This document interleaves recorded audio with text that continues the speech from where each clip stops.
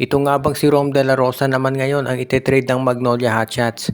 Kagaya ng mga nabanggit natin nung nakaraang video, hindi pa tapos mag-trade ang Magnolia at nakita nga natin, binitawan nila si Joseph Eriobo at tinrade sa Terra Firma kapalit ng second round draft pick. Ayon dito kay Jason Webb, ginawa nila ito dahil bibigandaan nila yung pagdating ni Yukin Andrada na isasama na dito sa kanilang roster. Pero mukhang hindi pa dyan natatapos dahil meron namang mga balita ngayon na baka itong si Rom De La Rosa daw ay i-trade na nila dito naman sa Titan Ultra. Baka maging kapalit niyan ay si Joshua Monson. Kapag ito ay natupad, lalong magiging mas malalim itong bench ni Coach L.A. Tenorio at hindi na tayo magugulat kung maging consider na sila na isa doon sa mga top title contenders dyan. Kaya nga talagang itong Magnolia masasabi natin seryoso dito sa kanilang build-up. Patagal na si De La Rosa dito sa Magnolia pero sabi nga nila panahon na siguro para ito ay i-trade na sa ibang koponan at kumuha na ng mga ibang players na mas magaling itong Magnolia.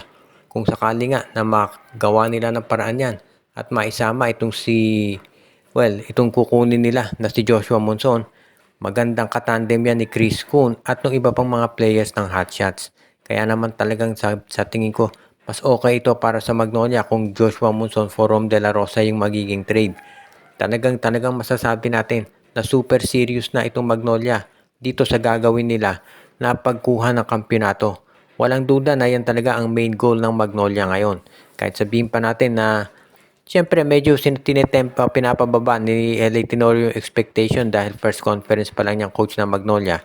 Pero sa totoo lang mataas na talaga expectations at kagustuhan ng mga fans na makakuha na ng championship ang Magnolia dahil sobrang tagal na nila na naghihintay, halos 7 seasons na wala sila nakukuha na kampyonato.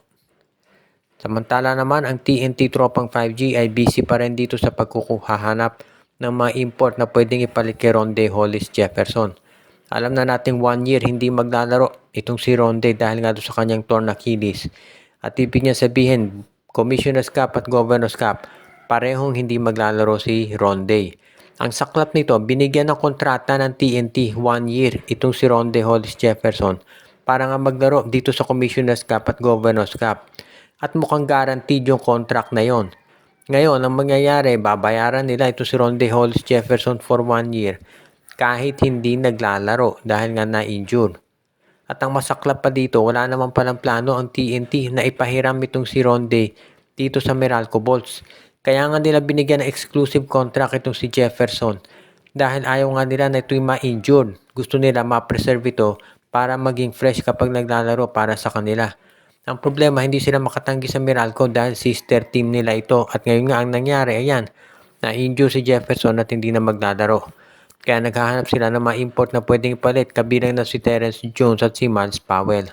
Na makuha ng TNT si Jones at si Powell, walang duda naman yung sabihin nating talent ng dalawang nabanggit. Nakita na natin niya kung paano sila maglaro dito sa PBA. At yan si Terrence Jones, legitimate NBA player yan katulad ni RHJ. Ang magiging problema lang yung chemistry.